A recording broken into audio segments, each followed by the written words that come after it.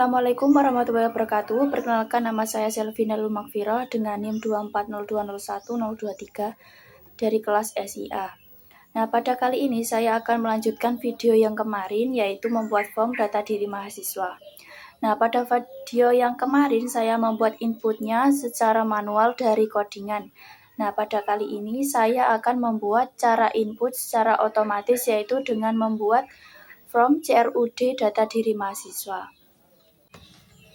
Langkah pertama, kita wajib membuat database-nya dulu. Karena database sudah saya buat pada pertemuan sebelumnya, di sini saya tunjukkan kembali. Saya menggunakan MySQL dengan nama database, yaitu data mahasiswa, yang di dalamnya sudah ada tabel mahasiswa dengan struktur kolom, NIM sebagai primary key, nama mahasiswa, prodi, alamat, jenis kelamin, nomor HP. Pastikan strukturnya itu sudah sesuai, karena ini akan menjadi wadah penyimpanan data kita nanti. Nah, langkah yang kedua, membuat koneksi.php. Nah, setelah database-nya siap, kita masuk ke codingan. Pertama, kita buat file koneksi PHP. Nah, file ini fungsinya sebagai jembatan penghubung antara script PHP kita dengan MySQL-nya.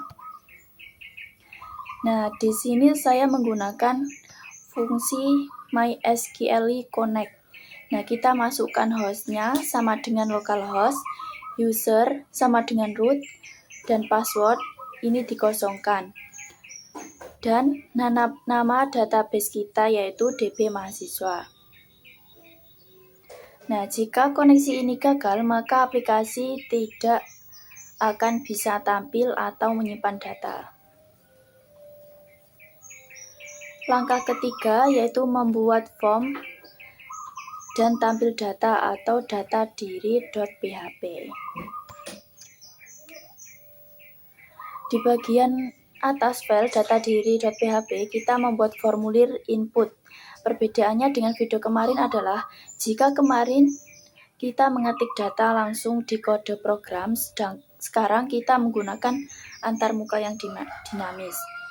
Yang pertama, pada bagian logika PHP atau paling atas, yaitu include koneksi PHP. Nah, gunanya untuk memanggil file koneksi. Tanpa ini, halaman tidak bisa terhubung ke database. Lalu edit underscore data. Ini adalah inisialisasi variabel. Nah, kita membuat wadah kosong agar saat halaman pertama kali dibuka atau mode input. Nah, kotak-kotak di form itu tidak error karena datanya memang belum ada. Selanjutnya ada if dalam kurung is set. Itu gunanya untuk mengecek apakah ada parameter edit di halaman URL atau muncul saat tombol diklik. Edit itu diklik. Lalu ada MySQL effect assoc, yaitu gunanya untuk mengambil satu baris data dari hasil query database dan mengubahnya menjadi array agar mudah dipanggil dalam form. Yang kedua, bagian atribut form, input, dan edit. Yaitu ada method sama dengan post, yaitu atribut untuk mengirim data secara tertutup atau tidak muncul di URL sehingga lebih aman dan rapi. Lalu action sama dengan ini yaitu digunakan untuk menentukan kemana data akan dikirim. Nah, jika edit, maka dikirim ke proses underscore update.php. Jika input baru, dikirim ke proses underscore simpan.php. Lalu value, ini digunakan atribut yang paling penting untuk mengisi otomatis kotak input dengan data lama saat kita sedang dalam mode edit. Selanjutnya, mark length sama dengan 9 dan pattern sama dengan dalam kurung 0 sampai 9. Nah, ini adalah validasi sisi klien. Mark length itu membatasi ketikan hanya sampai 9 karakter. Nah, sedangkan pattern ini memastikan yang diketik wajib angka dimulai dari 0 sampai 9 sebanyak 9 digit. Selanjutnya ada read only, yaitu atribut yang membuat kotak input, yaitu khusus name, tidak bisa diketik ulang saat edit. Hal ini karena name itu adalah kunci utama yang tidak boleh berubah. Selanjutnya, required, yaitu atribut wajib diisi. Form tidak bisa dikirim jika kotak tersebut masih kosong. Selanjutnya ada atribut pilihan. Select yang digunakan pada tag option. Nah, jika prodi mahasiswa di database cocok dengan pilihan tersebut, maka pilihan itu akan langsung terpilih secara otomatis. Lanjut ke bagian tabel tampil data, yaitu ada border sama dengan 1, yaitu atribut untuk memunculkan garis tepi pada tabel agar terlihat rapi. Lalu ada MySQL query, yaitu perintah untuk mengambil seluruh data dari tabel mahasiswa.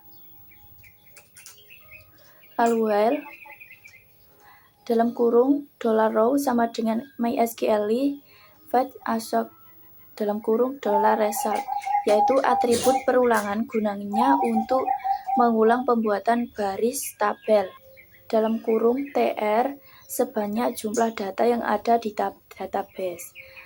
Lalu ada $no++. Ini digunakan untuk membuat nomor urut otomatis yang bertambah 1 setiap kali baris baru dibuat. Selanjutnya, bagian link, aksi atau edit dan hapus, yaitu ada href sama dengan edit. Nah, ini adalah link yang mengarah ke dirinya sendiri sambil membawa nim. Inilah yang memicu logika edit di bagian PHP paling atas. Lalu ada onClick sama dengan return confirm dalam kurung yakin hapus. Atribut Java untuk memunculkan kotak pesan peringatan jika diklik cancel, maka fungsi hapus akan dibatalkan atau sebagai keamanan data. Lanjut ke langkah keempat, yaitu menjalankan fungsi create atau proses _simpan.php.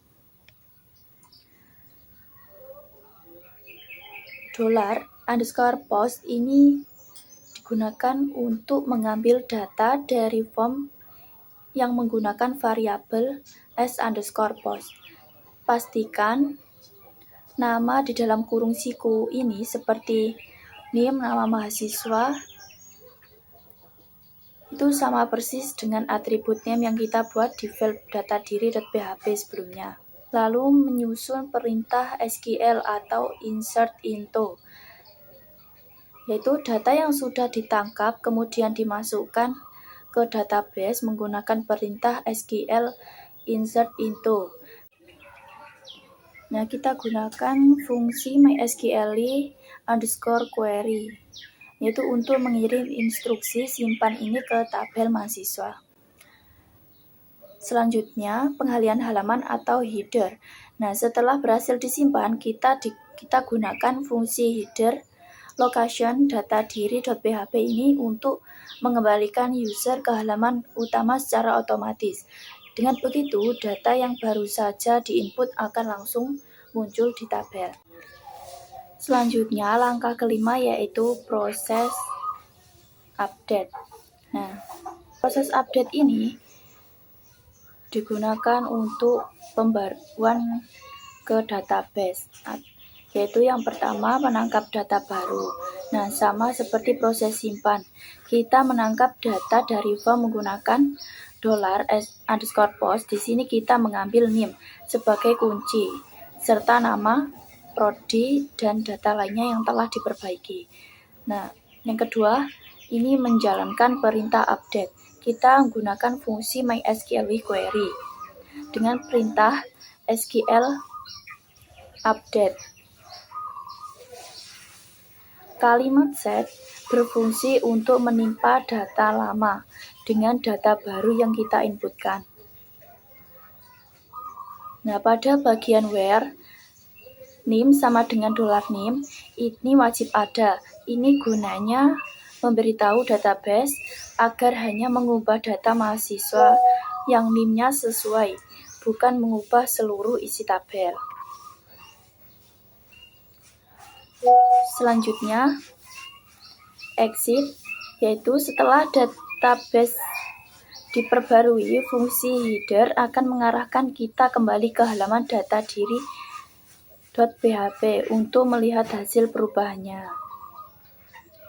Selanjutnya langkah ke-6, yaitu fungsi delete. Nah, saya membuat file proses hapus.php cukup dengan mengambil NIM dari data yang dipilih. Kita jalankan perintah delete form mahasiswa where NIM sama dengan get hapus. Ini data akan terhapus secara permanen dari database. Nah, setelah semua file codingan ini siap, lalu kita buka browser Chrome dan ketikkan alamat, yaitu localhost /tugas_web/datadiri.php. Nah, inilah tampilan aplikasi CRUD kita. Yang pertama, saya akan coba inputkan NIM 240201-023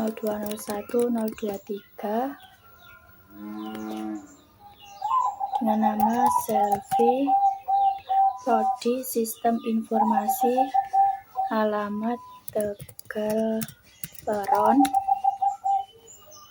jenis kelamin perempuan, nomor HP 08.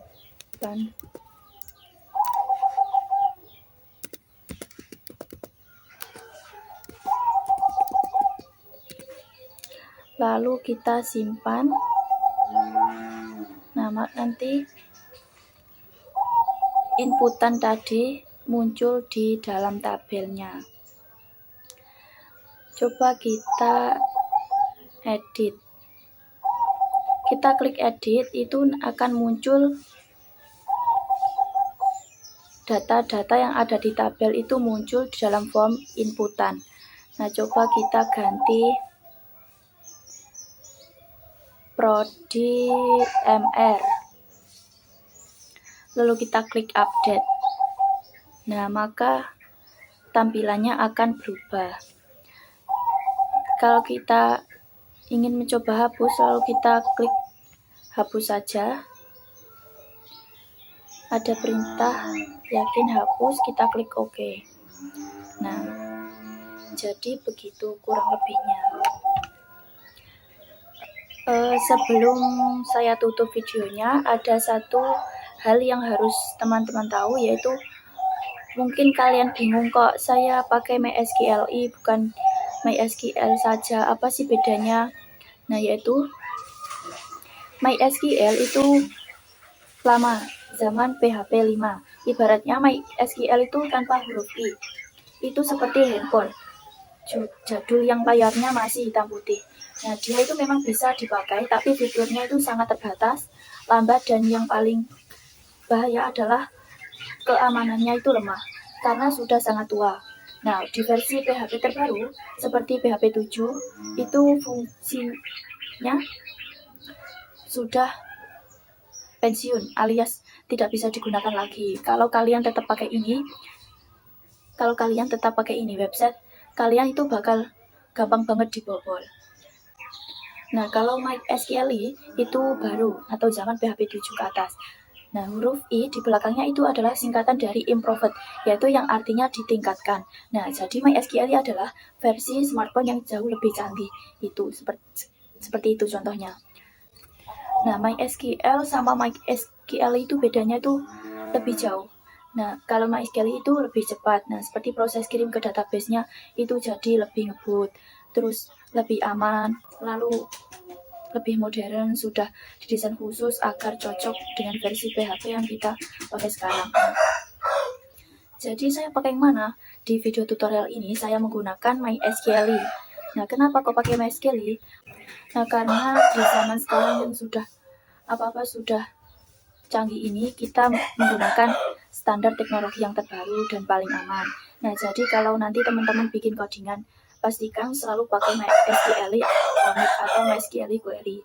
Nah, jangan lupa tambahkan huruf I di belakangnya ya, supaya website kalian itu lebih modern dan tidak gampang error. Cukup sekian penjelasan dari saya, kurang lebihnya mohon maaf. Wassalamualaikum warahmatullahi wabarakatuh.